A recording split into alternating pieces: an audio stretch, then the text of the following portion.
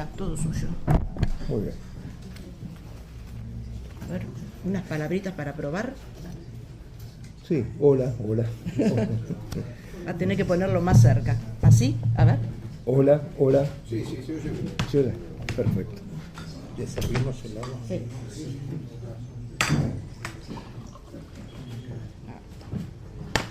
¿Es cómodo de este lado? Sí, sí, gracias.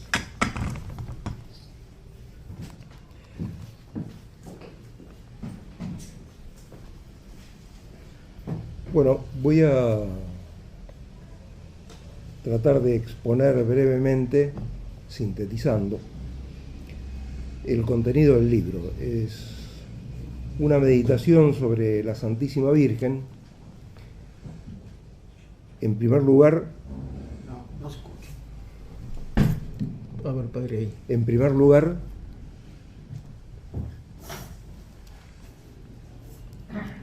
su papel en la historia de la salvación, luego María y la Trinidad y finalmente María y la Iglesia. La interpretación del papel de María en la historia de la salvación arranca con un intento de mostrar cuál fue la materia del pecado original. Sabemos que consistió en un acto de desobediencia, pero, es decir, trataremos de poner en claro la materia, el camino por el que el demonio consigue llevar al hombre para apartarlo de Dios. Bien, el relato bíblico nos dice que después de crear al hombre, Dios lo introduce en el jardín del Edén para que lo cultive y lo guarde con el mandato de no probar del fruto del árbol de la ciencia. Muy bien. Sabemos que el género histórico usado por el autor del Pentateuco, del Génesis y los siguientes libros de la Biblia, no es el género histórico empleado por los historiadores clásicos griegos y romanos, y mucho menos el que emplean los historiadores actuales. Al contrario, sabemos por la literatura comparada que la historia de los pueblos del estilo oral es legendaria y simbólica, o sea, que en ella la verdad histórica y la verdad teológica confluyen a formar un tipo de narración especial, el más antiguo de todos, que tiene sus leyes propias y su exégesis especial. Cito al padre Castellani. La Biblia no es un libro de historia, ni de cosmogonía, ni de gramática, ni de ciencia alguna, en el sentido moderno, y es un libro de todo eso junto en el sentido del estilo oral, propio de la literatura oral primitiva, teológico-simbólica, que más que conceptos maneja imágenes. Con respecto al relato del primer pecado, Newman hace notar que toda la historia de la caída en el Génesis está erizada de problemas. Se advierte que sin duda algo ha sucedido, pero es también evidente que estos acontecimientos reales son presentados bajo una forma folclórica, alegórica, por vía de símbolo sugestivo. Después de haber mencionado las características del lenguaje bíblico y de sus narraciones, parece conveniente recordar qué dice la tradición sobre la caída del mismo tentador. Es decir, nos preguntamos cuál fue la materia del pecado original. En primer lugar, lo que tenemos que señalar es que el relato no es un relato histórico en el sentido moderno, sino que lo que sucedió es presentado simbólicamente. En segundo lugar, para entender qué es lo que sucedió, conviene atender a lo que antes, previamente, había sucedido con el tentador, con el que indujo a los primeros hombres al pecado, pues creemos que ello puede arrojar luz sobre un tema que suscita controversia entre los teólogos. Esto es lo que en concreto el demonio propone a los primeros hombres para buscar de forma descarriada el ser como Dios.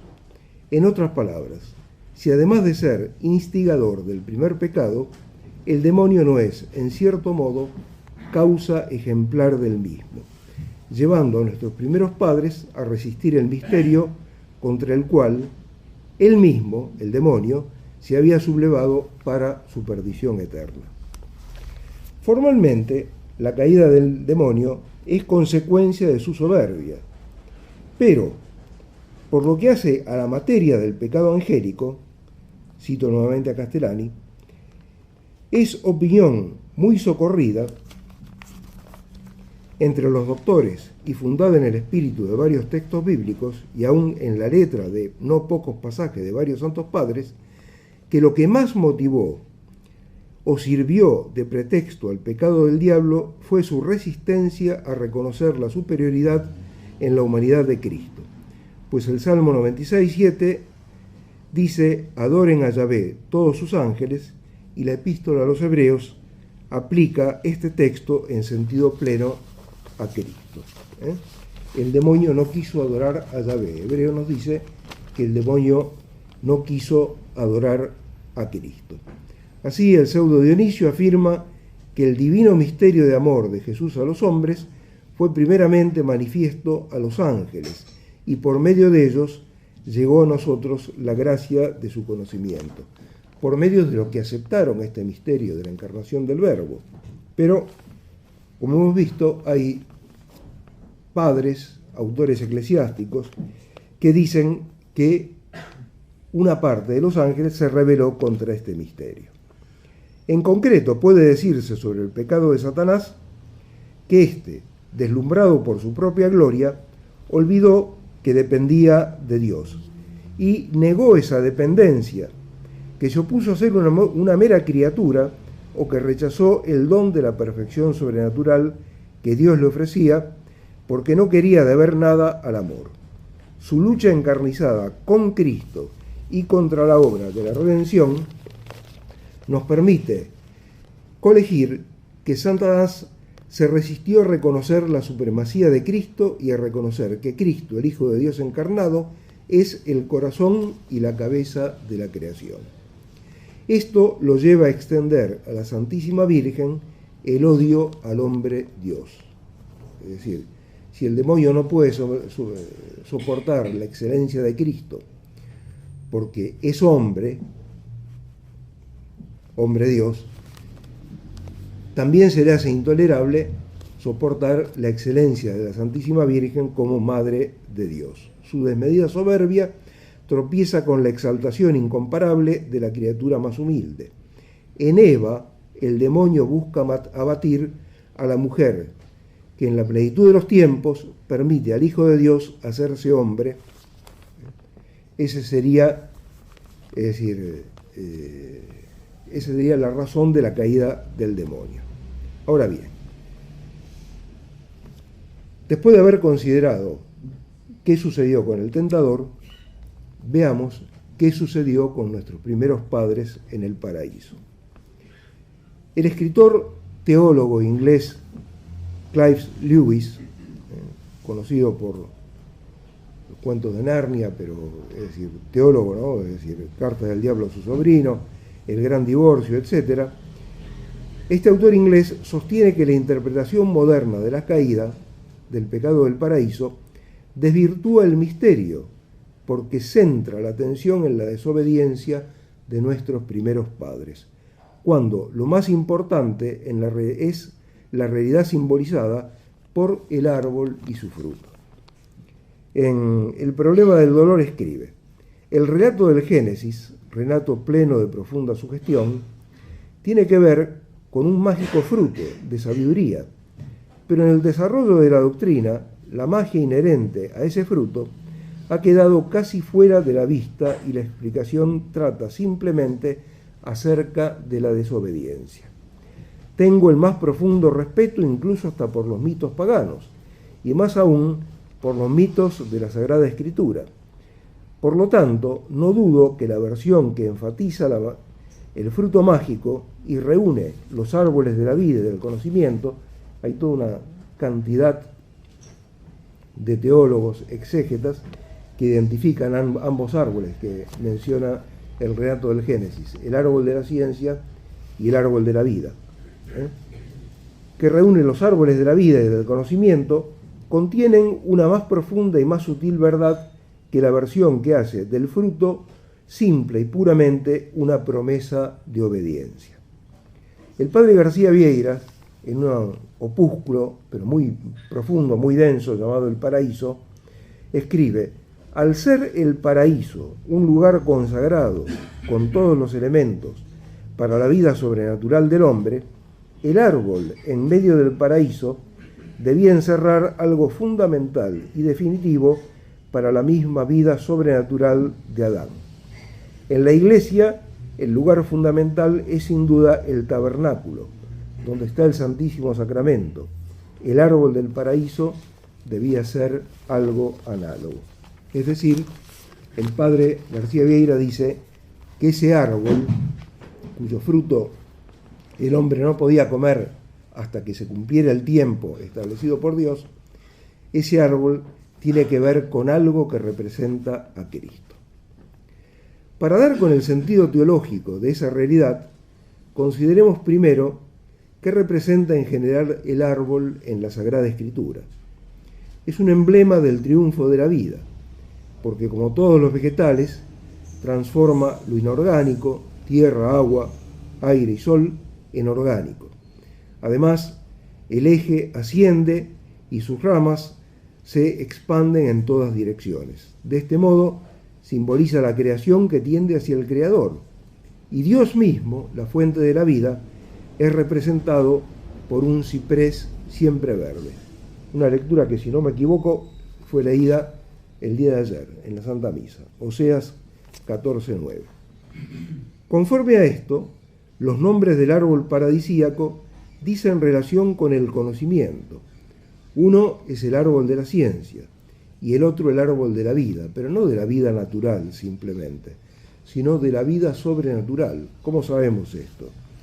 Porque en el Apocalipsis encontramos que en la Jerusalén celeste, que es el lugar de los bienaventurados, de aquellos que gozan del conocimiento sobrenatural de Dios, de la visión directa de Dios, reaparece el árbol de la vida. Apocalipsis capítulo 22, versículos 1 y 2. Ahora bien, el hombre que por naturaleza desea conocer y que encuentra su perfección, su felicidad en el conocimiento beatificante, ve satisfecho este deseo por la posesión cognoscitiva de Dios, que únicamente es concedida por Cristo, ya que Él es el máximo revelador, el centro de la revelación y el autor de la gracia que desemboca en la gloria, en la visión beatífica. El Señor es el único camino hacia la vida en su fuente. Por eso, Él dice, como leemos en el Evangelio de San Juan, esta es la vida eterna, que te conozcan a ti, el único Dios verdadero, y el que tú has enviado, Jesucristo. El padre García Vieira hace notar que la orden de no comer del fruto no podía ser más que temporal, dada la situación eminente del árbol en el centro del paraíso y por tratarse de frutos. Quiere decir que en un momento fijado por Dios, el hombre podría apropiarse de ellos. El momento fijado por Dios es, según nuestro entender, la plenitud de los tiempos. Y esa plenitud de los tiempos sobreviene cuando Dios se hace hombre. Por tanto, la enigmática realidad designada como árbol de la vida y árbol de la ciencia, que como Lewis acaba de afirmar, algunos teólogos identifican, puede representar entonces la encarnación. Diversos padres y escritores eclesiásticos descubren en la Virgen a la Virgen simbolizada por un árbol frondosísimo del gozo vivificante.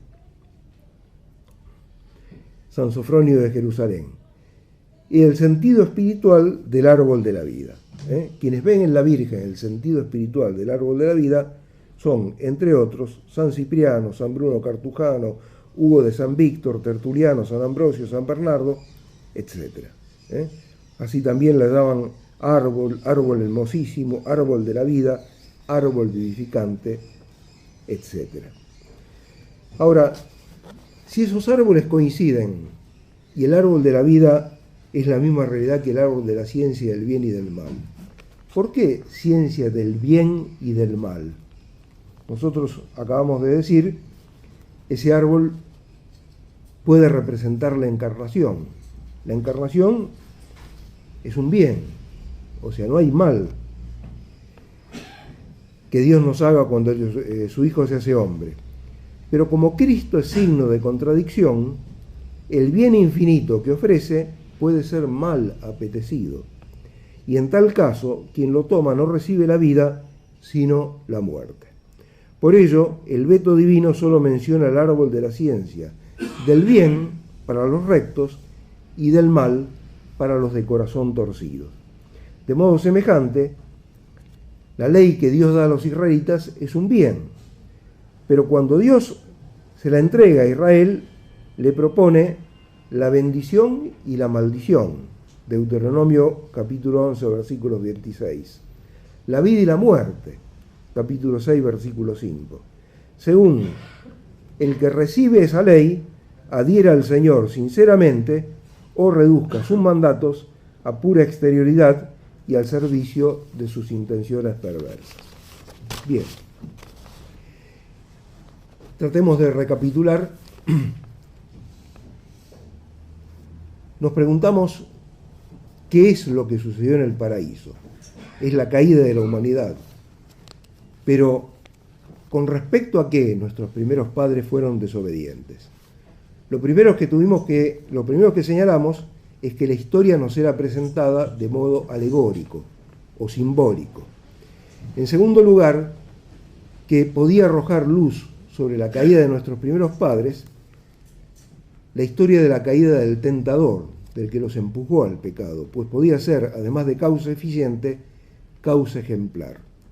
El demonio, hemos visto, cayó, según muchos autores eclesiásticos, padres, porque resistió al misterio de la encarnación. Y ese es el sentido que hemos encontrado en el árbol del paraíso. Es un símbolo del misterio de la encarnación. Es un árbol que proporciona un conocimiento beatificante, pero el que nos da el conocimiento que lleva a la vida sobrenatural es nuestro Señor Jesucristo. El fruto que los hombres a su tiempo debían tomar era su participación en el reino de Cristo, su divinización por Cristo, cuando llegase la plenitud de los tiempos. Pero, es decir, nuestros primeros padres desobedecieron. En lugar de esperar la plenitud de Cristo, se rebelaron contra él como previamente se había revelado el tentador y los ángeles que lo siguieron. Además, antes de haber colmado su supremo deseo, Adán y Eva y su descendencia deben cumplir con una misión que les ha sido impuesta por Dios: dominar la tierra. ¿Cómo debemos entender ese dominar la tierra? Para instaurar en ella el reino de Dios, cuya consumación es Cristo. La Sagrada Escritura nos habla del reino del Mesías como simbolizado por un árbol. Así, Ezequiel 17 nos muestra el reino mesiánico como un cedro plantado en Sión. Y Cristo, en las parábolas del reino, Mateo capítulo 13, nos dicen que el reino de los cielos es semejante a una semilla muy pequeña que finalmente se hace un árbol. El árbol representa la encarnación, entonces, del árbol del paraíso, y también el reino del Mesías. Veamos la caída. Al igual que el diablo, deslumbrado por el resplandor de su belleza, las cabezas de la humanidad quieren arrebatar la felicidad, o sea, no quieren deberle nada a Dios, resisten la gracia. quieren conquistar la beatitud en lugar de recibirla de Dios. Como la beatitud consiste en un conocimiento beatificante, la visión beatífica, la visión de Dios, nuestros primeros padres en el paraíso cometen un pecado de gnosis. ¿Qué es la gnosis? El intento de igualar el espíritu humano y la sabiduría divina.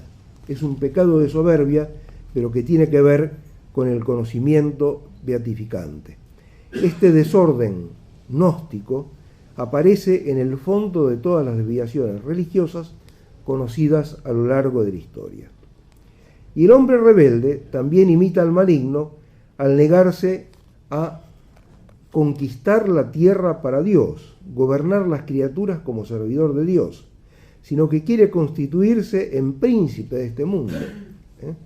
Es decir, el demonio es llamado el príncipe de este mundo, pero el hombre también quiere ejercer un señorío absoluto sobre las cosas del mundo, no como instrumento del reino de Dios, sino dueño por sí mismo de todos los reinos y su gloria, y en condiciones de entregarlos a quien se someta. Nuestros primeros padres, al resistir la encarnación y al rechazar el reino de Cristo, no se limitan simplemente al darle la espalda a Dios, sino que quieren usurpar la dignidad de Cristo, porque no fue Cristo hecho según el modelo de Adán, sino que Adán fue hecho para prefigurar a Cristo. Y así como junto a Adán encontramos a Eva, tenemos que decir que la misma relación se da entre Eva y la Santísima Virgen. No se hace a María calcándola en Eva, sino que se delinea a Eva según los rasgos futuros de María, lo que equivale a afirmar que Eva fue pensada y decretada por Dios para prefigurar a María, como Adán había sido pensado por Dios para prefigurar a Cristo. Por consiguiente, al arrancar el fruto del árbol, Adán y Eva no solo ceden al deseo de apropiarse de la vida divina y del reino universal de Cristo, sino que por lo mismo invierten el orden providencial y procuran usurpar el lugar de quienes el Señor había establecido como centro de la creación. El centro de la creación tenía que ser Cristo, junto a Cristo María, subordinada a Él, pero en el plan elegido por Dios, junto a Cristo María. El pecado del paraíso, además de consistir en un rechazo de la encarnación, consiste también en un deseo de Adán y Eva de usurpar el lugar central de Cristo y de María. Los dos pecados, las dos máximas expresiones del pecado en la historia de la humanidad son el deicidio, el asesinato de Cristo, y finalmente el reino del anticristo. El deicidio es el pecado más horrible. El hombre no puede llegar más allá en su lucha contra Dios. Da muerte al mismo Dios. Mientras que el reino del anticristo nos muestra la máxima universalidad del pecado, el pecado dominando toda la tierra, cubriendo toda la tierra, y el misterio de iniquidad habiendo aparentemente prevalecido sobre el misterio de fe. Pues bien, en estas dos instancias, en la muerte de Cristo, en el asesinato de Cristo y en el reino del anticristo, encontramos estas cuatro notas que nosotros acabamos de discernir con respecto a la caída. Esas cuatro notas son: en primer lugar, hay un influjo del demonio. En segundo lugar, hay una resistencia a la encarnación. En tercer lugar, hay un deseo de usurpar el lugar de Cristo y secundariamente por parte de Eva el lugar de la Virgen. Y en cuarto lugar, el deseo de convertir el reino de Cristo en un reino de la pura criatura, del hombre independizado de Dios. Veamos, es decir, cómo se da primero en el deicidio y luego en el reino del anticristo. En primer lugar, los que se oponen a Cristo ceden al influjo del maligno. San Juan 8, versículo 44, Cristo le dice a los judíos que resistían su doctrina y buscaban darle muerte: vosotros tenéis por padre al diablo y queréis hacer los deseos de vuestro padre. El influjo del demonio. Bajo el influjo del demonio, los enemigos del Señor se escandalizan de la doctrina de la encarnación y la resisten. Juan capítulo 10. Jesús respondió: yo y el Padre somos una sola cosa. De nuevo, los judíos trajeron piedras para apedrearle.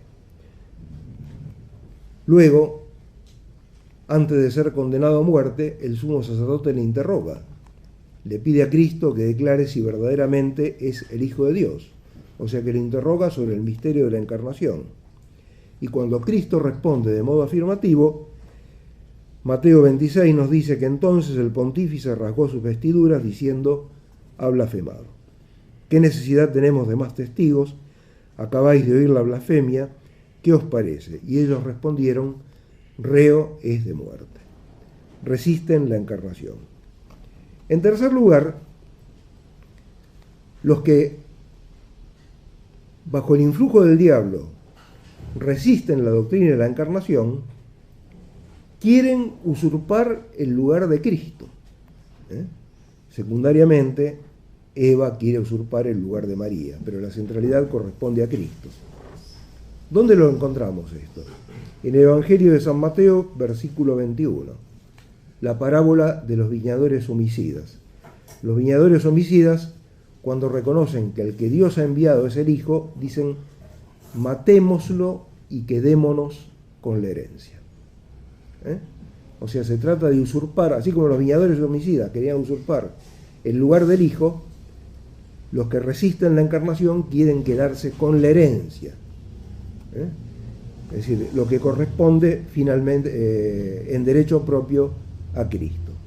Y por último, resisten el reino de Cristo y quieren instaurar un reino puramente humano. ¿Dónde lo encontramos? Lucas 19, resisten el reino de Cristo: no queremos que éste reine sobre nosotros.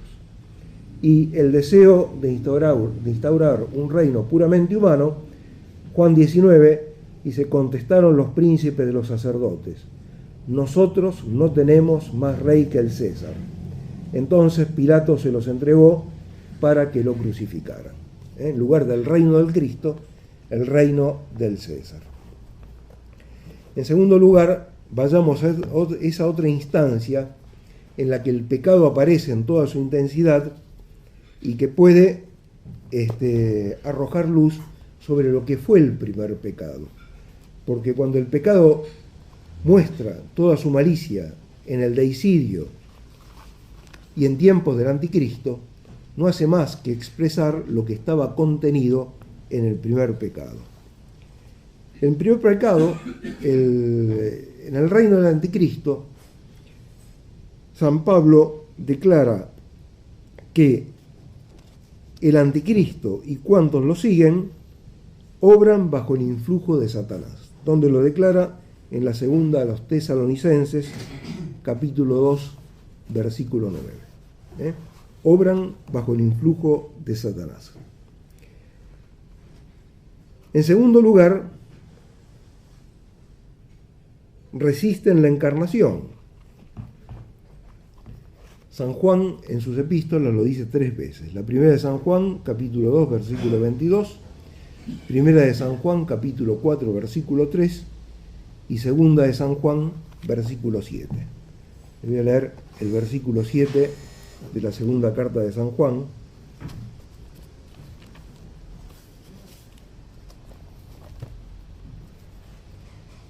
Dice: ahora se han levantado en el mundo muchos seductores que no confiesan que Jesucristo ha venido en la carne. Este es el seductor y el anticristo. El que no confiesa que Jesucristo ha venido en la carne es el anticristo. San Juan lo dice 3 veces esto, que O sea, la nota característica del anticristo es resistir la encarnación. Obra bajo el influjo de Satanás, resiste la encarnación, recibe un reino que no es el de Cristo, recibe del maligno el trono y gran poderío sobre el mundo, Apocalipsis 13:2, y sobre todo el anticristo usurpa de hecho el lugar del hombre Dios. En la segunda de los Tesalonicenses, capítulo 2, versículos 3 y 4, dice: primero tiene que venir la apostasía y manifestarse el hombre impío, el hijo de la perdición, el adversario, que se eleva sobre todo lo que lleva el nombre de Dios o es objeto de culto, hasta el extremo de sentarse él mismo en el santuario de Dios y proclamar que él mismo es Dios. Usurpa el lugar de Cristo. Estas 4 notas del pecado original las volvemos a encontrar en el deicidio y en el anticristo. Se encontrará cuando se dé el misterio del anticristo. Bien, esa es la caída. Y ahora sí entramos en la historia de la salvación. ¿Cuál es la respuesta de Dios ante la caída de nuestros primeros padres que arrastró a toda su descendencia? Al intento de convertir el espíritu humano en principio de la sabiduría increada opone su decisión de hacerse presente en el paraíso para proteger al hombre y liberarlo de su caída. Sabiduría 10, versículo 1. Sin embargo, la salud que procura Dios no consiste en iniciar una nueva historia, o sea, en hacer borrón y cuenta nueva, con otras personas, el nuevo Adán y la nueva Eva, que prevalezcan sobre el tentador, sino que el rescate se hace según el principio de retorsión enunciado por los padres. Por el camino que tuvo principio la desobediencia, inducida por la serpiente, por ese mismo camino encontró la serpiente su ruina. O sea, Dios hará que el nuevo Adán y la nueva Eva se pongan en el lugar del antiguo, del primer Adán y la primera Eva, y triunfen donde ellos han sido vencidos. Es decir, esa es la retorsión. María está presente junto a Cristo como Eva estuvo presente junto a Adán. Dios pudo haber elegido otro camino, pero el orden providencial establecido por Dios es este. Ahora bien, una vez aceptado que este es el plan de Dios, nos preguntamos qué es lo que permite a María estar compresente en el misterio de Cristo. Es la fe. Dios salva al hombre por medio de la fe en Jesucristo. Y la que tiene la plenitud de la fe, la que cree por sí misma y por todos los demás, es la Santísima Virgen. Ese es el sentido de las palabras que le dice su prima Isabel en la visitación. Bienaventurada la que creyó que tendrá cumplimiento lo que fue dicho de parte del Señor. María tiene la plenitud de la fe. Ella cree con fe universal por sí misma y por nosotros. Ahora bien, por estar asociada de un modo incomparable a la persona del Salvador, la Santísima Virgen tiene una participación única en la obra de Cristo. Ella es el centro de esa actividad. Nos preguntamos entonces, ¿cuál es el papel de la Virgen en el encuentro de Cristo con el pecado? Conflicto que tiene su desenlace en la pasión. María es la que transmite el pecado del mundo a Cristo. La redención consiste en que Cristo se ponga en lugar de Adán y acepte como propio, sin haber en él el mínimo pecado, que sabemos todos, esto es innecesario decirlo, es decir, acepte como propio el pecado de Adán y de su descendencia. Pero Cristo puede tener comunión con la naturaleza de Adán gracias a la Santísima Virgen. Cristo se pone en lugar de Adán. Pero para ello es necesario que la Santísima Virgen se ponga en lugar de Eva, para que de esa manera el pecado de la humanidad caída pueda ser transferida al Redentor y Cristo destruya ese pecado por su sacrificio. María es llamada abogada de Eva. La hija llena de gracia soportó el combate en favor de su madre. Esto lo dice San Efrén. La Santísima Virgen no solo lucha en favor de Eva, sino también en lugar de Eva y su descendencia. Ella no se limita a representarla, sino que soporta el dolor y la angustia de nuestra culpa. También ella, a su modo, se hace pecado y maldición. San Pablo dice que Cristo nos redimió haciéndose pecado y maldición. Son las textualmente palabras de San Pablo, ¿no? Dice que Cristo se hizo pecado en la segunda a los Corintios 5:21 y que Cristo se hizo maldición en la carta a los Gálatas 3:13. Pues bien, ese pecado que convierte nuestro, de la humanidad caída, que Cristo al aceptarlo se ve convertido en pecado y maldición, le llega a través de María. Por lo tanto, también la Santísima Virgen, sin tener en absoluto ni pecado original, ni la más leve sombra de pecado personal, pero al aceptar abrazar a la humanidad caída para que Cristo en ella la encuentre y la redima, también ella, en cierta manera, se hace pecado y maldición. Así que no hay simple representación de la raza vulnerada, sino encierro de la raza caída en la sede de la misericordia, quien al precio de su martirio nos engendra como hijos de Dios. En la Virgen, todos los hombres quedan encerrados en la rebeldía para que el Redentor y la Corredentora, sustituyendo a los culpables, asuman el pecado de las cabezas de la humanidad y su descendencia y lo anulen con su sacrificio. Bueno, después en el libro está más o menos considerado con cierto detalle toda la historia de salvación, Antiguo y Nuevo Testamento, pero como esto es simplemente una síntesis del libro, es decir, damos por concluido el primer punto, los otros dos serán más breves, María en la historia de salvación, y pasamos al segundo, María y la Trinidad.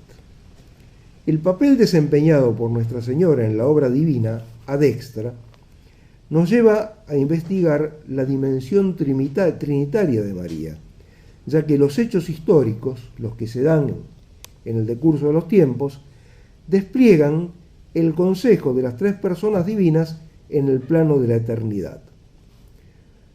El teólogo von Balthasar ha observado que la primera revelación bíblica de la Trinidad se produce en la escena de la Anunciación en Nazaret.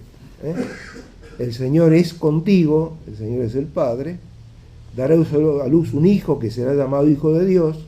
El Hijo, ¿cómo es esto posible?, pregunta la Virgen. El Espíritu Santo te cubrirá con su sombra. Las tres personas divinas son mencionadas en la escena de la Anunciación. La Trinidad no se revela de otro modo en el Nuevo Testamento, dice von Balthasar. Para ver cuál es la relación especial de la Santísima Virgen con la Trinidad, nos parece oportuno recordar la gran herejía arriana, la que junto con el modernismo son las herejías que más duramente han atacado la ortodoxia a lo largo de 20 siglos. Bueno, los arrianos, como sabemos, decían que la sabiduría no era Dios, sino que la sabiduría de la que habla el Antiguo Testamento, el verbo de que habla el prólogo de San Juan, es una criatura, la más eminente de las criaturas, pero que no está en el mismo, no es consustancial al Padre. Y aducían una cantidad de textos bíblicos en los que se habla de la sabiduría como hecha, como creada. Bien, se impuso la ortodoxia, Cristo fue reconocido segunda persona de la Santísima Trinidad, hecho hombre, Dios de Dios, luz de Dios, luz de luz, Dios verdadero de Dios verdadero, etc. Sin embargo, observa el cardenal Newman, varios pasajes bíblicos sobre la sabiduría parecían sustentar la doctrina arriana sobre la inferioridad del Hijo con respecto al Padre, porque tales textos resultaban más directamente aplicables a una criatura que al Creador. Sin duda, Cristo era realmente la sabiduría en quien el Padre eternamente se complacía. No obstante, era muy natural que en las circunstancias de las desviaciones arrianas, los teólogos buscasen el objeto de tales descripciones en alguien que no fuera el Hijo eterno de Dios. De este modo, la controversia suscitó una cuestión que entonces no fue resuelta. Descubrió una nueva esfera, si así podemos decirlo, en el reino de la luz, sin que la Iglesia aún hubiese determinado a quién correspondía esta morada. Pues bien, los teólogos concluyeron que esos textos que los arrianos habían querido aplicar a Cristo, de una sabiduría creada, en realidad correspondían a la Virgen.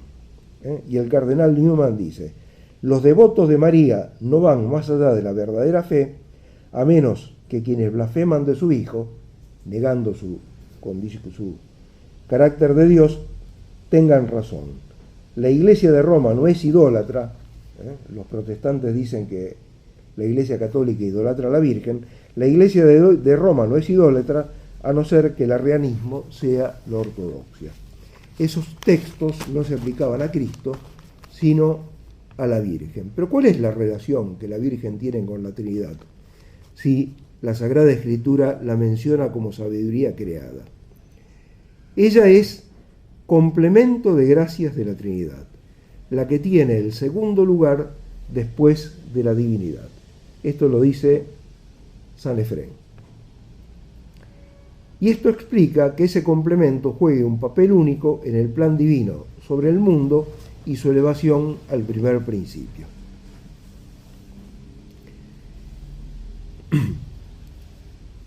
En la plenitud de los tiempos se produce en Nuestra Señora la manifestación del misterio trinitario, porque en su designio eterno Dios contempla a la Virgen como el cofre que contiene a Cristo. No solo lo contiene materialmente porque le da un cuerpo, lo concibe, sino ante todo lo encierra en su fe. La fe de la Virgen siempre envuelve a Cristo. Nuestra conexión con Cristo es por la fe, y la fe de cualquier criatura para adherir a Cristo es una participación en la fe de la Santísima Virgen. Por eso la Virgen es el cofre que contiene a Cristo, y por lo tanto, como Cristo está en el Padre y el Padre está en Cristo y ambos están unidos por el Espíritu Santo, la Virgen encierra también el misterio de la Trinidad. Es el arca. María, en el primer instante de su ser, se sintió invadida por las tres personas de la adorable Trinidad, que se entregaron a ella para hacerla totalmente madre. Antes, en la revelación, Dios se había dado y había quedado escondido bajo los conceptos humanos. Pero cuando corona la creación y la revelación, dándose personalmente, empieza escondiéndose en el corazón de una criatura inmaculada. Dios no estaba bien escondido más que aquí. Como dice una antigua oración española, Dios se recrea en la Virgen.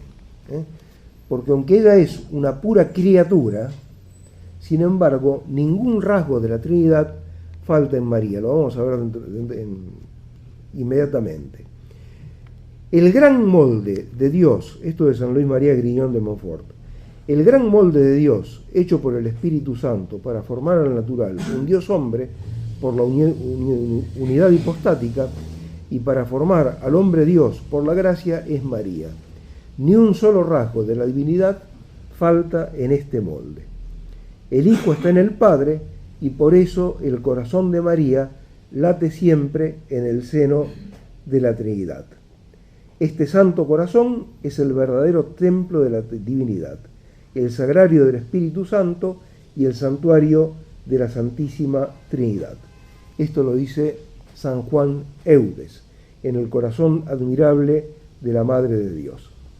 El corazón de la Sacratísima Madre de Dios es el verdadero cielo de la divinidad, de los divinos atributos y de la Santísima Trinidad, en el cual la divina esencia, con todas sus divinas perfecciones, y las tres personas eternas han hecho siempre su morada de una manera admirable. María es el santuario de la Santísima Trinidad.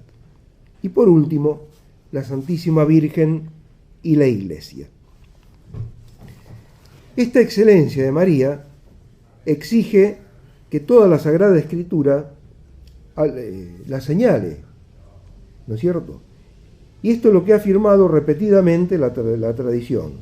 San Atanasio sostiene que, como muchas veces lo hemos dicho, este es ciertamente el fin y el signo distintivo de la Sagrada Escritura, una doble profesión sobre el Salvador, a saber, que siempre fue Dios y es Hijo, puesto que es el Verbo del Padre y su esplendor y sabiduría, y que luego Él mismo, tomando carne por nosotros de la Virgen María, Madre de Dios, se hizo hombre.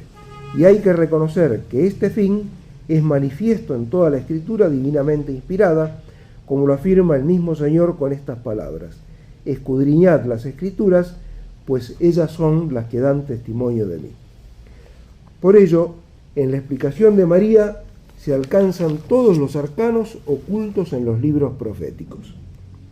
Esto lo dice San Efrén, pues ella es la visión preciosa de los profetas, el cumplimiento evidentísimo de toda profecía, el fin de las figuras, el cumplimiento de la ley, la declaración de los profetas, la manifestación de la verdad, mediadora de la ley, de la gracia, sello del Antiguo y del Nuevo Testamento, ilustre plenitud de toda la profecía, acróstico de la verdad de las Escrituras divinamente inspiradas.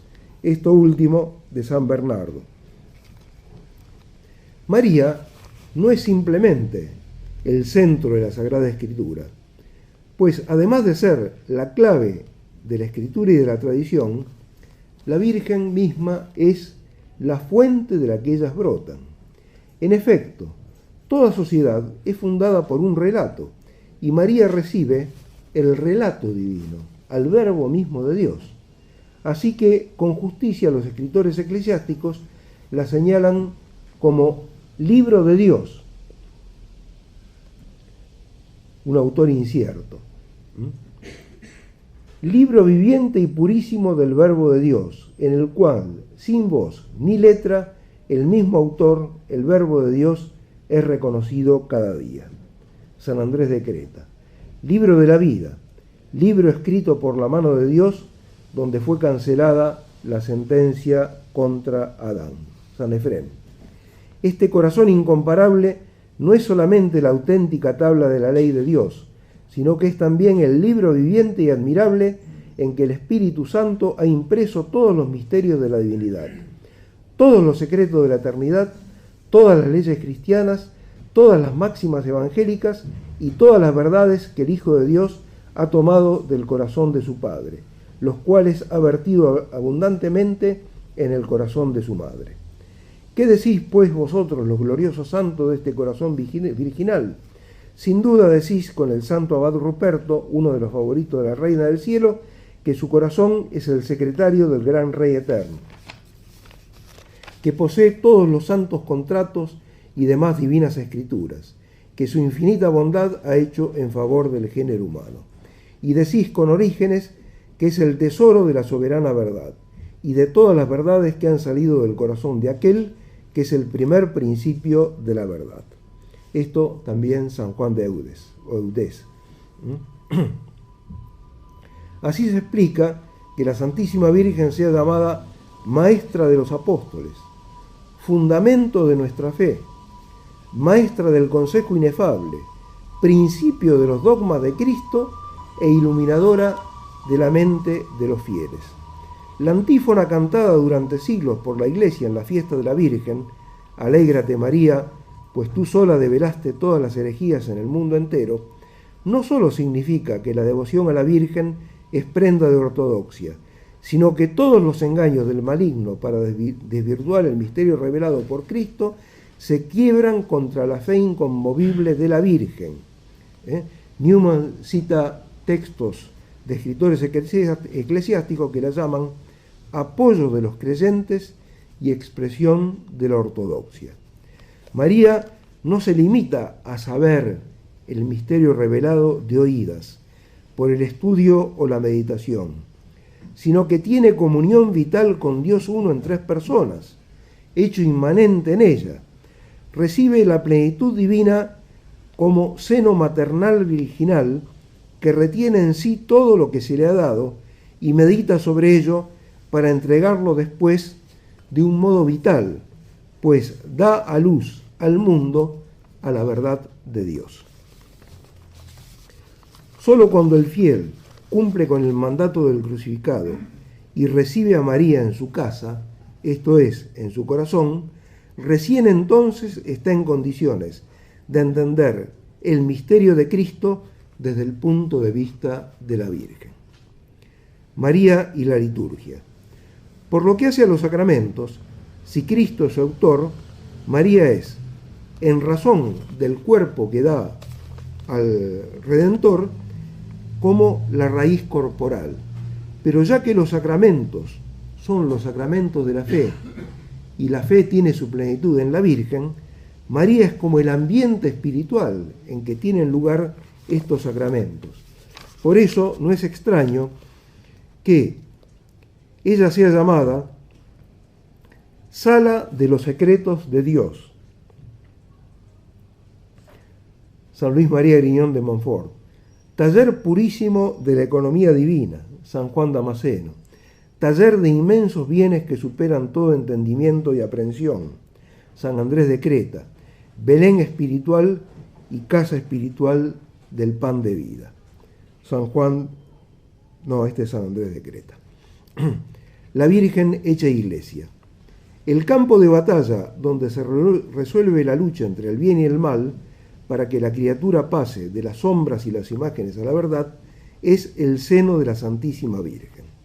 Así como el arca era el tesoro y la gloria y la alegría del pueblo judío, el principal misterio de su religión, su escudo y su defensa contra los que lo atacaban, y el terror de todos sus enemigos, así el venerable corazón de nuestra reina es la gloria, el tesoro y la alegría del cristianismo. Este es el primer objeto que debemos mirar después de Dios. De este modo se fundamenta la afirmación osada de los padres al asimilar la Iglesia a Nuestra Señora. San Isidoro de Sevilla dice: María significa la Iglesia, la cual, desposada con Cristo, nos concibe virginalmente por el Espíritu Santo y nos da a luz virginalmente. San Cirilo de Alejandría lo declara en su alabanza a María. Es un poco extensa, pero no hay palabra, no se desperdicia una sola palabra en esto. Dice: te saludamos a ti que encerraste en tu seno virginal aquel que es inmenso e inabarcable. A ti, por quien la Santa Trinidad es adorada y glorificada, por quien la cruz preciosa es celebrada y adorada en todo el orbe, por quien exulta el cielo, por quien se alegran los ángeles y arcángeles, por quien son puestos en fuga los demonios, por quien el diablo tentador cayó del cielo. Esto va en apoyo de lo que dije al principio de esta exposición, que la materia de la caída del diablo había sido su rebelión contra la encarnación, no solo contra Cristo, sino contra la mujer que hace posible la encarnación, ¿no? Dice: a ti por quien el diablo tentador cayó del cielo, por quien la criatura caída en pecado es elevada al cielo, por quien toda la creación sujeta a la insensatez de la idolatría llega al conocimiento de la verdad, por quien los creyentes obtienen la gracia del bautismo y el aceite de la alegría, por quien han sido fundamentadas las iglesias en todo el orbe de la tierra. O sea, María es el fundamento de todas las iglesias en el mundo, por quien todos los hombres son llamados a la conversión. Un comentador dice: debemos llamar la atención sobre la conclusión, en la cual la siempre Virgen María, con expresiones cargadas de significado, es identificada con la Iglesia, y Jesús es llamado su Hijo e Esposo Inmaculado. San Cirilo de Alejandría dice: quiere el cielo que veneremos y adoremos a la unidad, obedezcamos al emperador carísimo, a Dios, y estemos sometidos a los principados y a las potestades, y veneremos y demos culto a la indivisa Trinidad, celebrando con himnos a la siempre Virgen María, o sea, a la Santa Iglesia. Celebrando a la siempre Virgen María, o sea, la Santa Iglesia, y a su Hijo y Esposo Inmaculado, al cual pertenece la gloria por los siglos de los siglos. Amén. Por tanto, la Santísima Virgen, Madre de Dios, está presente en la Epifanía según la carne del Hijo Unigénito, pero la Virgen no se limita a concebir y a dar a luz físicamente a Dios hecho hombre, sino también que está presente en su dilatarse a los medios, a sus miembros, por medio de la palabra y los sagrados misterios, para hacerse presente y operante en los fieles como cabeza en el cuerpo, esposo con la esposa inmaculada. La interpretación de las palabras de San Cirilo de Alejandría es confirmada por el comienzo de la oración de San Francisco. Es decir, con San Francisco, después de tener un episodio místico frente al crucifijo de San Damiano, o sea, prorrumpe en alabanzas a la Santísima Virgen y le dice: Ave Señora, Reina Santa, Santa Madre de Dios, María, que eres la Virgen hecha Iglesia. Ques Virgo Ecclesia Facta. Es decir, ¿cómo es posible que la Virgen sea la Iglesia? Porque ella es la morada del Verbo. El Verbo se hizo carne. O sea, exactamente lo que dice San Juan es: el Verbo plantó su tienda entre nosotros. Y María es la tienda en la que el Verbo habita, la casa, la morada. Hay una perfecta correlación entre el Verbo hecho carne y la Virgen hecha Iglesia, así como hay una perfecta correlación entre de su plenitud hemos recibido todos gracia por gracia y la palabra que el ángel le dirige a María, plena de gracia. El autor de la gracia es Cristo. Cristo derrama su gracia sobre la humanidad. E incluso se puede decir, es decir, si se entiende la sentencia de una cantidad de teólogos, no solo Escoto, sino San Alberto Magno, San Buenaventura, San Francisco de Sales, etc., que Cristo se hubiera encarnado aunque Dios no hubiera pecado, la gracia de los ángeles también es dada por Cristo, pero toda esa gracia es depositada en María, y a través de María lleva, es decir, a los distintos beneficiarios de la gracia. O sea, que hay una correlación entre de su plenitud hemos recibido todo, gracia por gracia, y María plena de gracia. Que Nuestra Señora sea hecha Iglesia significa que la Iglesia tiene su origen personal en la Madre de Dios, y desde ella, porque ella entrega físicamente a Cristo, pero además está presente en la difusión de la palabra, la palabra revelada, y de la gracia que distribuyen los sacramentos, y desde ella la Iglesia es católica, se extiende a todos y resulta omnicomprensiva. La inserción en la Trinidad de la Santísima Virgen hace posible la comunión de los santos y la transfiguración del universo. San Juan de Eudés dice: ¿quién es el que osará desmentir a San Bernardino de Siena cuando asegura que la preciosísima Virgen lleva a todos sus hijos en su corazón como una buenísima madre? La Virgen no es madre como las madres de la tierra, que han de ver a sus hijos independizarse de ellas en el ser y en el hacer. Ella es la madre de cada uno de sus hijos en todo tiempo, porque en la vida espiritual de cada uno de sus hijos tiene una causalidad constante. Los hijos de Dios no se independizan nunca. Si el Padre empezó a hacernos hijos suyos por María, por ella ha de continuar haciéndonos tales. No hay otra ordenación divina. Cada uno de nosotros depende, pues, de María gratuitamente, como depende de Dios esencialmente. San Pío X resume todo lo dicho con una afirmación tan concisa como profunda. en el mismo seno de la castísima madre, Cristo asumió al cuerpo físico y al cuerpo místico. O sea, no solo Cristo está encerrado en María, abarcado por su fe, sino toda la Iglesia está encerrada en la fe de María. Que la Santísima Virgen concentre en sí a toda la Iglesia no excluye la dispensación de la gracia por medio de la jerarquía y los sacramentos, pero en la actual economía salvífica, ese don nunca tiene lugar sin la presencia dinámica de Nuestra Señora, que también se extiende al magisterio jerárquico en la custodia del depósito de la fe. La prioridad del aspecto mariano sobre cualquier otro aspecto de la Iglesia ha sido afirmada vigorosamente en repetidas oportunidades por Juan Pablo II. Es decir, los dos principales documentos en los que afirma este aspecto mariano de la Iglesia, que la Iglesia está encerrada en María, son la Redemptoris Mater y Mulieris Dignitatem. Juan Pablo II, quien por primera vez presenta a toda la Iglesia con una espiritualidad mariana. Conclusión. En modo alguno ha sido nuestro propósito atribuir un valor absoluto a la Madre de Dios, pues la Sagrada Escritura no habla únicamente, ni siquiera principalmente de Nuestra Señora, sino que tiene a Cristo por centro. Tiene por centro a Cristo, autor de la salvación. María es relativa y subordinada a Jesús. La grandeza de la Santísima Virgen estriba en su pequeñez. Todo el ser de la Santísima Virgen es una tendencia, un hambre y sed de aquel Cristo a quien ama y en quien busca perderse. Lejos de nosotros, pues, poner a María en lugar de Dios, pero la revelación misma la señala como el lugar de Dios. Dominus tecum, Deus ex te, Deus in te.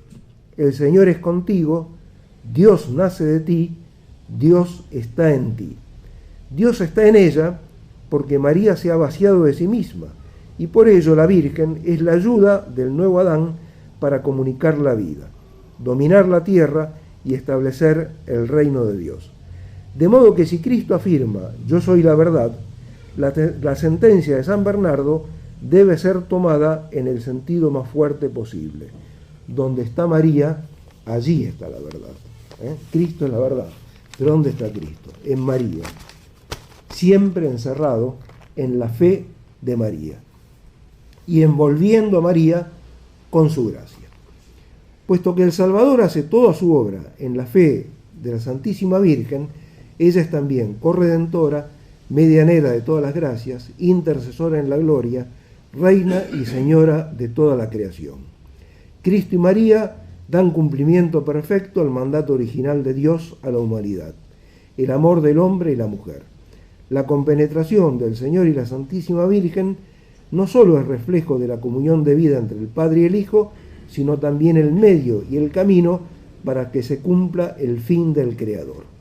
En ese jardín, fuente, vaso, espejo, trono, templo, arca de la Trinidad, los hijos de Dios llegan a ver la gloria del Hijo en el seno del Padre, y de este modo reciben el premio de los fieles, que es el fruto del árbol de la vida que está en el paraíso de Dios. Nada más.